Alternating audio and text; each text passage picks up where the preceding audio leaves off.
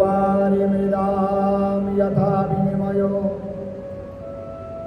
यत्र त्रिसर्गो मृषा धाम्ना स्वेन सदा निरस्तकुहकं सत्यं परं धीमहि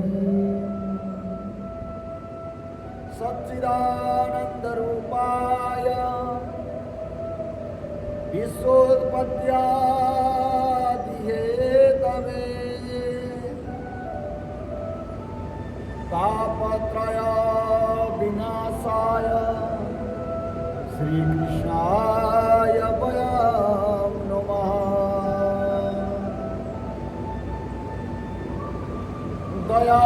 दयाधर्मकामूल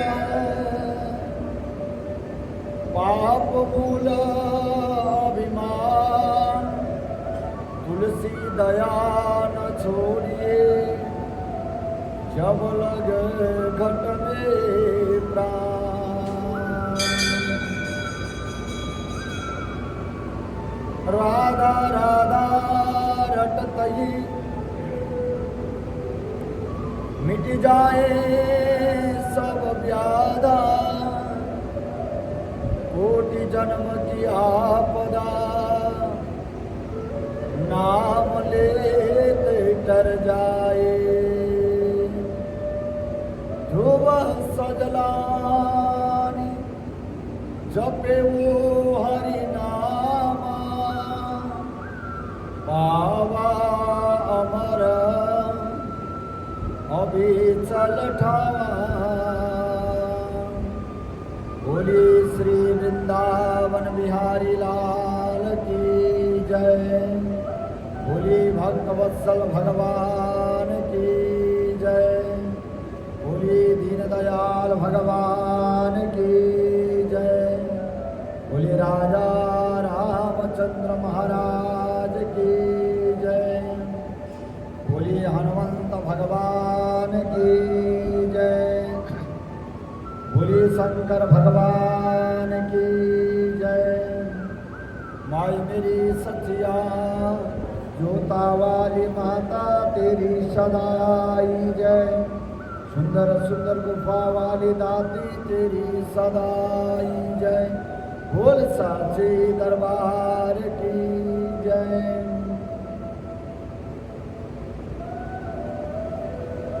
ओम नमो भगवते वासुदेवाय। ओम नमो भगवते वासुदेवाय। ओम नमो भगवते वासुदेवाय। ओम नमो भगवते वासुदेवाय। ओम नमो भगवते वासुदेवाय। ओम नमो भगवते वासुदेवाय। ओम नमो भगवते वासुदेवाय। ओम नमो भगवते वासुदेवाय। ओम नमो भगवते वासुदेवाय। ओम नमो भगवते वासुदेवाय। बोले वासुदेव भगवान की जय। बोले एकादशी महारानी की जय। जय जय श्री राधे। जय जय श्री राधे। जय जय श्री राधे।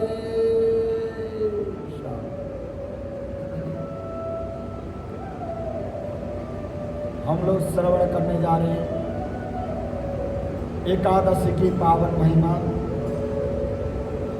वैसे ही कई लोगों ने तो आने वाला कल एकादशी भी बता रखे, परंतु आज पूर्ण एकादशी है।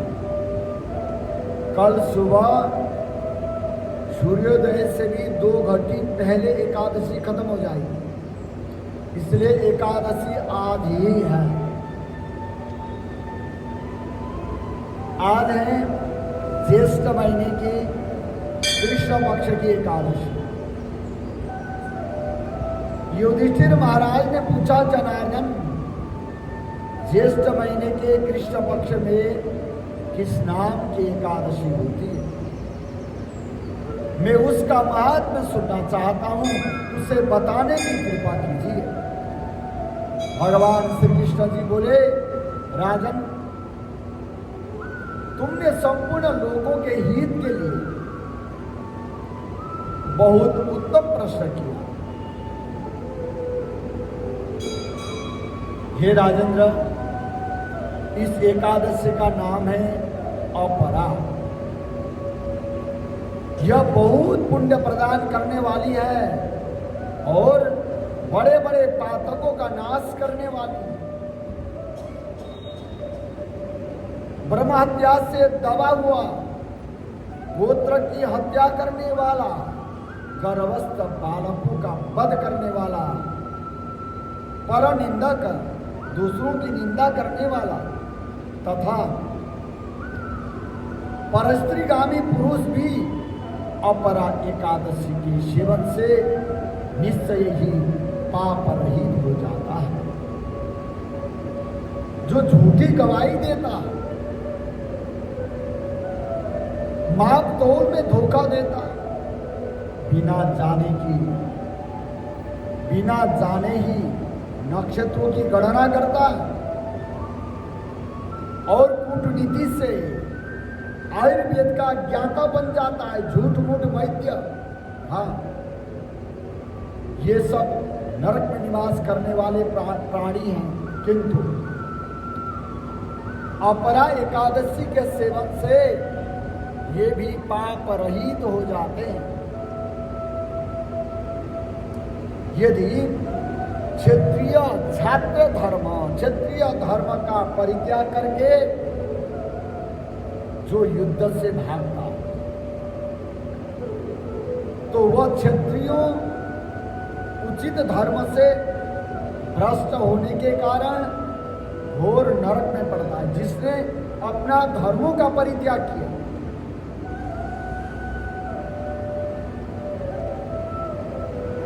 स्वधर्म अपने धर्मों का परित्याग कर दिया, वो भी नरक में जाते हैं। और जो शिष्य विद्या प्राप्त करके स्वयं गुरु की निंदा करता है, पहले विद्या ग्रहण किया, बाद में उन्हीं की निंदा करना शुरू कर दिया।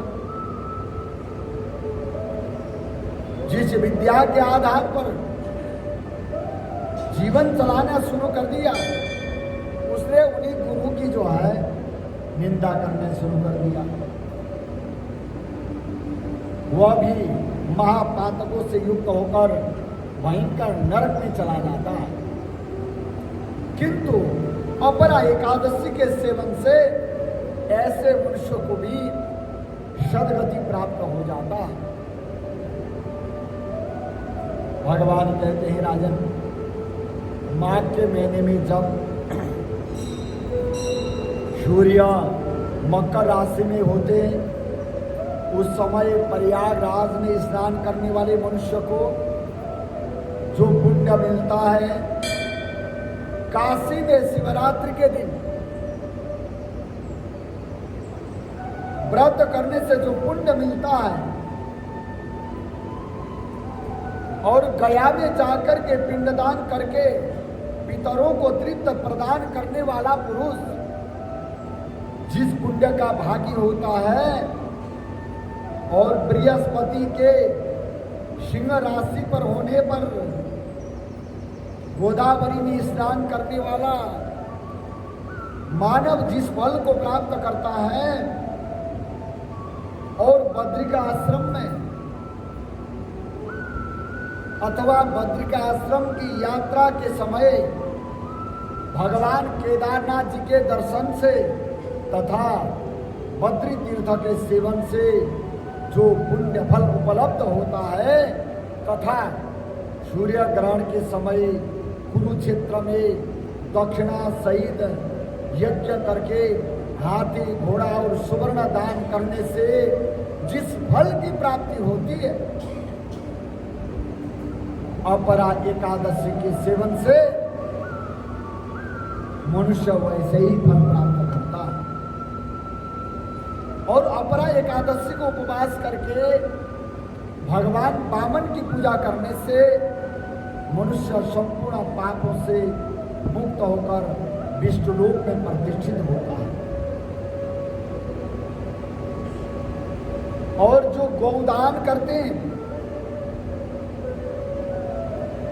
जो गौदान करने से जो फल मिलता है, वही फल यह अपरा एकादशी का व्रत करने से प्राप्त हो जाता है।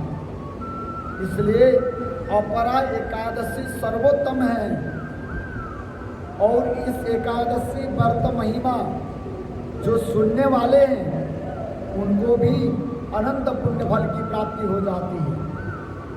अच्छा, जो कहने वाले हैं, पढ़ने वाले को भी अत्यधिक फल प्राप्ति होती है, परंतु जितने भी शास्त्र हैं वो सुनने की महिमा है। ध्यान रखना, हम लोग क्या करते हैं, हमने पढ़ लिया तो खत्म हो गया, परंतु सुनने की महिमा अलग है। तो इसलिए जितने भी शास्त्र हैं, हमने कथा को पढ़ लिया और ब्राह्मण के मुख से विशेष करके कथा सुनने का प्रावधान है, और ब्राह्मण के मुख से जिस कथाओं को हमने श्रवण किया वो सर्वोत्तम है, वो सर्वश्रेष्ठ है। ये शास्त्रों में लिखित है, शास्त्रों में उल्लेख है। इसलिए हमने पढ़ भी लिया, फिर भी सुनना चाहिए। कि कहते हैं आपने व्रत किया, व्रत में आपके कथा कहने से नहीं होगा, कथा सुनने से होगा। अथवा कहने वाला चाहिए, और कहने वाला कोई भी हो, कोई बात नहीं, परंतु अगर ब्राह्मण मिल जाए तो उसमें कहने क्या, बोले सोने में सुहागा हो जाता है। इसलिए ब्राह्मण के मुख से कथा सुनने का विशेष महिमा है। इसलिए कथा सुनने वालों के भी उतना ही फल मिलता है, और व्रत करने वाले को जितना फल मिलता है उतना ही फल सुनने वाले को भी मिलता है। और इस प्रकार भगवान श्री कृष्ण जी राजा युधिष्ठिर महाराज को बताते हैं, इति श्री अपरा एकादशी व्रत महात्म्यम संपूर्ण। बोले एकादशी महाराज।